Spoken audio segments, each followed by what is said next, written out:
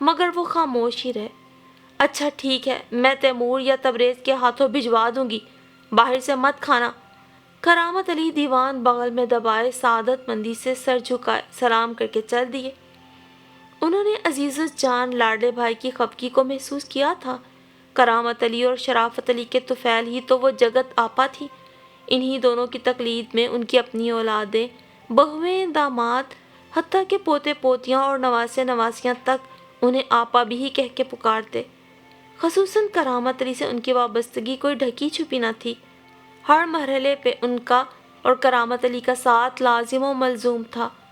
آپا بھی کے شوہر مرحوم انعام الحق خود اپنے برادری نسبتی سے گہرا محبت بھرا سلوک روا رکھتے، انہیں اپنی اولاد کی مانند چاہتے تھے۔ دونوں میاں بیوی کی بات کرامت علی کے لیے حکم کا درجہ رکھتی تھی اور ان دونوں نے بھی ہمیشہ ان کی ہر ضرورت کا خیال رکھا۔ مگر آج زندگی میں پہلی بار آپا بھی نے ان کی کسی بات سے اختلاف کیا تھا۔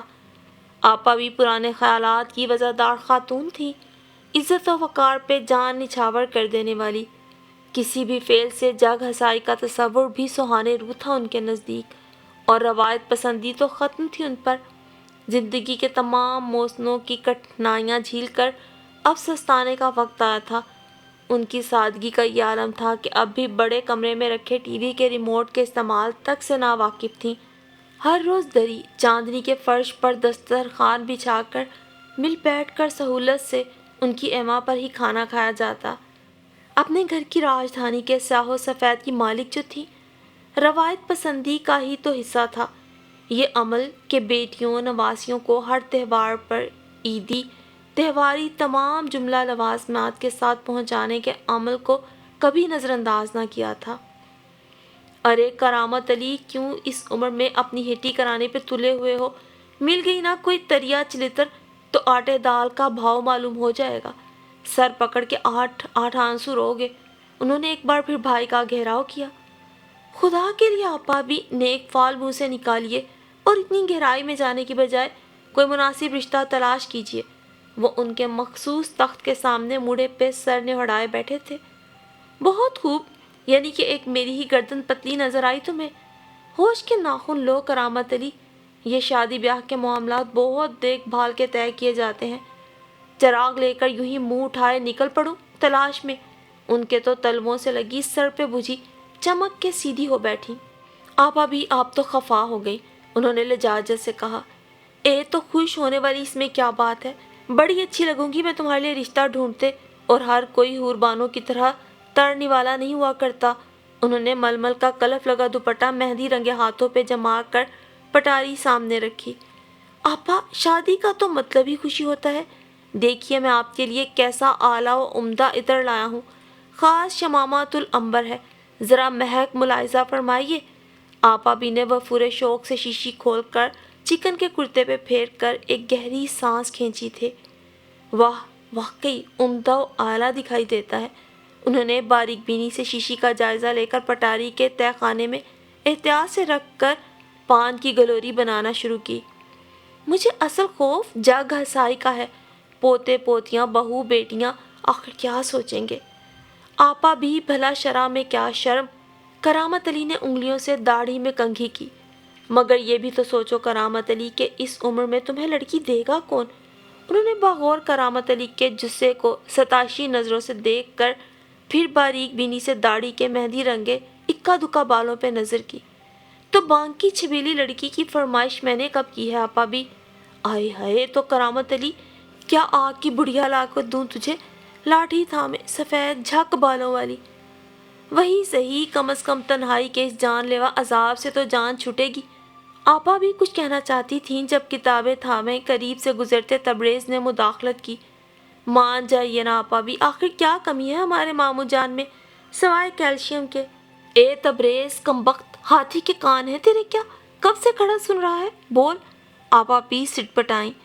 سن لینے دیجیے آپا بھی، آخر کب تک اس معاملے کو چادر سے ڈھانپ کے تھپکتی رہیں گی آپ؟ اے باولے ہوئے ہو کرامت علی، سوت نہ کپاس جو لاہے سے لاٹھم لاٹھی۔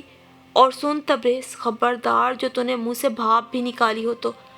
تبریز نے سہمنے کی اداکاری کرتے ہوئے کانوں کو ہاتھ لگائے، پھر جاتے جاتے رک کر پوچھا، آپا بھی ذرا یہ تو بتائیے آگ کی بڑھیا کیسی ہوتی ہے؟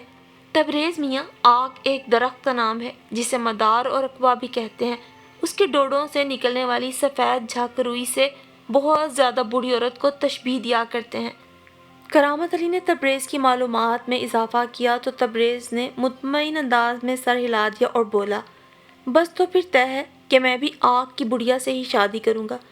کم از کم موسم سرما میں لحاف اور گدوں کے لیے روئی تو میسر آئے گی۔ تبریز، تو جاتا ہے یا اٹھاؤں جوتی؟ آپا بھی نے دھمکا دیا تو تبریز کان دبا کے بھاگ نکلا۔ اب بھی عقل پکڑ لو، گز بھر کا چھوکرا تمہارا مذاق اڑا رہا تھا۔ یہ خیال صرف تمہارے دماغ کی اختراع ہے، اسے نکال پھینکو، باز آ جاؤ، کچھ حور بانوں کی تڑپتی روح کا ہی خیال کر لو۔ مجھے یقین ہے اگر روح بانو باقید حیات ہوتی تو بھی کبھی اتنی حجت نہ کرتی جتنی کہ آپ بلا وجہ ایک جائز فعل کی مخالفت میں زمین و آسمان ایک کر دیے ہیں آپ نے۔ ارے مرحومہ کا تذکرہ ہی کیا، اللہ بخشے، اللہ میاں کی گائے تھیں، جس کھونٹے سے باندھ دیا بن گئی، جدھر ہانک دیا چل دی۔ سچ ہے، آدمی آدمی، انتر کوئی ہیرا کوئی کنکر۔ اب اس نیر جہاں کو ہی لے لو، گز بھر کی زبان ہے فسادن کی، احسان فراموش ہوتی نا غیرت مند تو سر نہ اٹھاتی آپ کے احسانات کے آگے۔ چیل کی طرح شوہر اور بچوں کو جھپٹ کر چلتی بنی، اور وہ شرافت علی، نام بھی نہ لے اس ناہنجار نالائق کا۔ کرامت علی کی دکھتی رگ پہ ہاتھ پڑ گیا تو وہ تڑپ ہی تو اٹھے۔ شرافت علی جو کہ ان کے چھوٹے بھائی تھے اور ان کی بیوی نے بے اولادی کے باعث اپنے دیور کو اور اس کے بچوں کو ہی اپنی اولاد کا درجہ دے رکھا تھا۔ جورو کا غلام، اگر اسے ذرا برابر بھی محبت ہوتی، میرے اور مرحومہ کے احسانات کا خیال ہوتا، تو مجال تھی جو دلہن ذرا سی بات کا فسانہ بنا کر یوں بھائیوں کو جدا کر سکتی۔ آپا بھی، راتوں کی نیند اڑ گئی ہے میری، گھر بھائیں بھائیں کرتا کاٹ کھانے کو دوڑتا ہے۔ مرحومہ حربانوں نے اپنے کلیجے سے لگا کر راتوں کی نیندیں حرام کر کے بچوں کو پالا، وہ تو زندگی نے وفا نہ کی، ورنہ وہ آبدیدہ ہو گئے تو آپا بھی ان کا منہ تکتے رہ گئیں۔ ہم کتنے اداس اور تنہا ہیں بچوں کے بغیر، گھر سونا ہو گیا ہے۔ جب ان معصوموں کی یاد آتی ہے تو بس مر جانے کو جی کرتا ہے، کلیجہ کٹتا ہے ہمارا۔ سچ کہتے ہو کرامت علی، کیا نہیں کیا تم نے اور مرحومہ حور بانو نے شرافت علی اور ان کی آل اولاد کے لیے۔ بینک کی نوکری دشمنوں نے افسروں کے ساتھ مل کے ختم کروائی، غبن کا الزام لگوا کے مقدمہ پریشانی الگ کرائے کا گھر وہ بھی جاتا رہا، تم نے پناہ دی، مالی امداد بھی کی، کریانے کی دکان شرافت علی کو کھلوائی، مقدمہ ختم کروایا، خود حربانوں نے اپنی پیاسی ممتا بچوں پر نچھاور کر دی، مگر نیر جہاں نے حربانوں کے آنکھ بند کرتے ہی سارا گھر اپنے قبضے میں لے لیا، تمہارے خلاف شرافت علی کے کان بھرنے شروع کیے اور پھر ذرا سی بات کا پربت بنا کر دلوں میں فاصلے پیدا کر دیے۔ شوہر بچوں کو لے کر امریکے میں پڑی ہیں، سب کچھ رائیگاں چلا گیا۔ ان کی آنکھیں موٹے موٹے آنسوؤں سے بھر گئیں۔ نیر جہاں کی عادتوں پر تو صبر کر لیا جاتا، مگر شرافت علی کاٹ کے الو اسی دن کی ٹکٹیں کٹا لائے جیسے میں نے گھر سے نکلنے کا آرڈر دیا ہو۔ کس گھر میں کھٹپٹ نہیں ہوتی، بے مروتی کی انتہا کر دی، پلٹ کر پوچھا تک نہیں بھائی کو، نہ ہی کبھی بچوں کی صورت دکھائی۔ ترس گیا ہوں، معصوم بچے، بھلا ان کا کیا قصور؟ یاد نہیں حربانوں کے انتقال پر بھی ہاتھوں میں آگے تھے، اب تو جانے کیا حال ہوگا معصوموں کا۔ کرامت علی کا لہجہ دکھ کی گہرائیوں میں ڈوبا ہوا تھا۔ کرامت علی، اگر تم کہو تو۔ نہ آپا بھی، میرا دل بہت خراب ہو چکا ہے شرافت علی کی طرف سے، تصفیہ اب ممکن نہیں۔ اب تو آپ بس یقین کریں تنہائی نہیں سہی جاتی، کوئی بیوہ بے سہارا ہو تو زیادہ بہتر ہے۔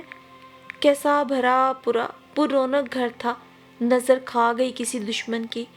میں قطعی اسے معاف کرنے والا نہیں۔ میرے بچے مجھ سے ایسے چھین کر لے گیا جیسے میرا کوئی حق ہی نہیں ان پر۔ آزمودہ را آزمودن جہل است، آزمائے ہوئے کو آزمانا جہالت ہے، اب کچھ نہیں ہو سکتا۔ وہ سر پہ ٹوپی جما کے چل دیے۔ آپا بھی کے لاکھ اسرار پر بھی نہیں رکے۔ آپا بھی ان کے اس انتہائی اقدام کے نتیجے میں پیش آنے والے ہر نقصان پر سیر حاصل بحث کر چکی تھیں، مگر شرافت علی کا ارادہ انہیں اٹل محسوس ہوا۔ انہیں سب سے زیادہ جگ ہنسائی کا خوف مارے ڈالتا۔ بھائی کی تنہائی کا خیال دامنگیر تھا، مگر اس کا یہ حل قطعی غیر مناسب تھا۔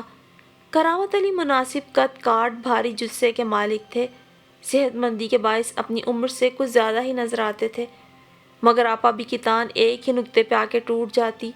ڈھیروں نواسے نواسیوں، پوتے پوتیوں اور خصوصاً بہوؤں کی استضاء بھری نظروں کا خیال کر کے کانپ جاتی، وزاداری کی ناؤ ڈولتی محسوس ہوتی۔ انہوں نے چشم تصور سے کرامت علی کو دلہا بنے شیروانی چوڑی دار پاجامہ تلے خصے میں کلا سمیت مسکراتے دیکھا، اور پھر جھس بس سی اپنے خیالات پہ لا حول ولا قوت پڑھنے لگی۔ آپا بھی اثر کا وقت کم رہ گیا ہے، بڑی بہو کی آواز نے ان کے خیالات کا سلسلہ توڑا۔ جاڑے کی آمد تھی۔ بڑی دلہن دھوپ لگانے کی غرض سے صحن میں پھیلائے بستر خیز اور گرم کپڑے وغیرہ سمیٹ کر بڑے بکس کی نظر کر رہی تھی۔ بڑی دلہن، طبیعت کچھ سست ہے، وضو کے لیے آفتابہ یہیں لے آؤ۔ انہیں بے چینی سی محسوس ہو رہی تھی، دل کسی انجانے خدشے سے بیٹھا چلا جا رہا تھا۔ بڑی دلہن تعمیل کے لیے چل دیں تو انہوں نے تیمور کو پانی لانے کے لیے آواز لگائی اور تخت پہ رکھے گاؤ تکیے کے نیچے سے دوا کی شیشی نکال کر گولی نگلی اور تیمور کے ہاتھ سے آب خورا تھام کر گھونٹ بھرنے لگی۔ تاہم آنکھوں سے نامعلوم سی الجھن جھلک رہی تھی۔ کرامت علی کے سر میں جو خناس آ سمایا تھا، اس سے نجات کی کوئی تدبیر ہنوز عقل و فہم سے بالاتر تھی۔ تبریز، میرا ایک کام کر دے۔ وہ اس شام قدرے شان سی تھی، جیسے کسی فیصلے پہ پہنچ کر انسان پرسکون ہو جاتا ہے۔ کیا سوئی میں دھاگا ڈلوانا ہے؟ جو غرض کے تسمے کستا ہوا وہ شوخی سے ہنسا۔ نہیں، وہ ایک ایسا کام ہے جو صرف تو ہی کر سکتا ہے۔ وہ پرسوچ انداز میں گویا ہوئی۔ تو آپا بھی 2 روز بعد میرا کرکٹ کا فائنل میچ ہے، اور میرا آپ کی ٹانگیں دبانے یا سر میں تیل مالش کرنے کا قطعی کوئی ارادہ نہیں ہے۔ اے لڑکے، میری جان پر بنی ہے اور تجھے شوخیاں سوچ رہی ہیں۔ میچ کے علاوہ بھی تجھے کچھ سوچتا تھا؟ چولہے میں جھونک اس موئے میچ کو اور یہاں آ، میری بات دھیان سے سن، بلکہ کاغذ قلم بھی لے کر آ۔ آپا بھی کے جھلائے ہوئے لہجے پہ اسے تعمیل کرنا ہی پڑی۔ گھر کے دیگر افراد کسی تقریب میں شرکت کی غرض سے کچھ ہی دیر قبل روانہ ہوئے تھے۔ آپا بھی کو اس سے سنہرا موقع اور کہاں میسر آ سکتا تھا۔ 2 عدد خطوط لکھنے ہیں، وہ اطمینان سے گویا ہوئی۔ خط؟ وہ بھی 2 عدد؟ آپا بھی، آپ کو معلوم ہے میں ایک لکھنے پڑھنے کے کاموں کا چور ہوں، آلہ پائے گا۔ وہ بدک اٹھا۔ یا میرے مولا، ارے تو سیدھا ہوتا ہے یا اٹھاؤں جوتی؟ اچھا، مگر ایک شرط پہ، بک جلدی، کل ناشتے میں باجے کی روٹی کا ملیدہ کھاؤں گا۔ ٹھیک ہے، میں کہہ دوں گی بڑی دلہن سے۔